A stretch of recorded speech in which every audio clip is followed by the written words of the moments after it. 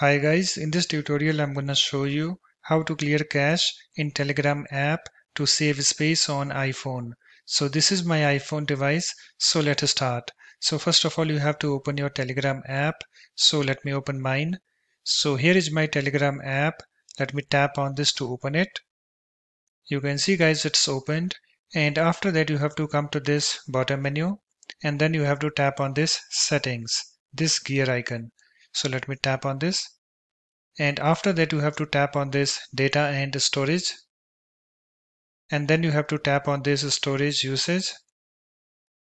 And you can see guys, here we have this storage usage, this screen opened, and on this screen you can see here we have this clear Telegram cache, this link at the bottom.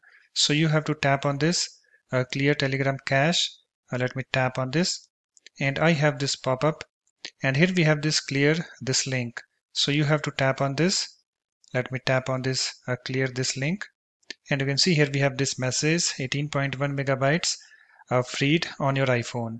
So the 18.1, this number might be different in your case. So that's it. After that you can close your Telegram app if you want.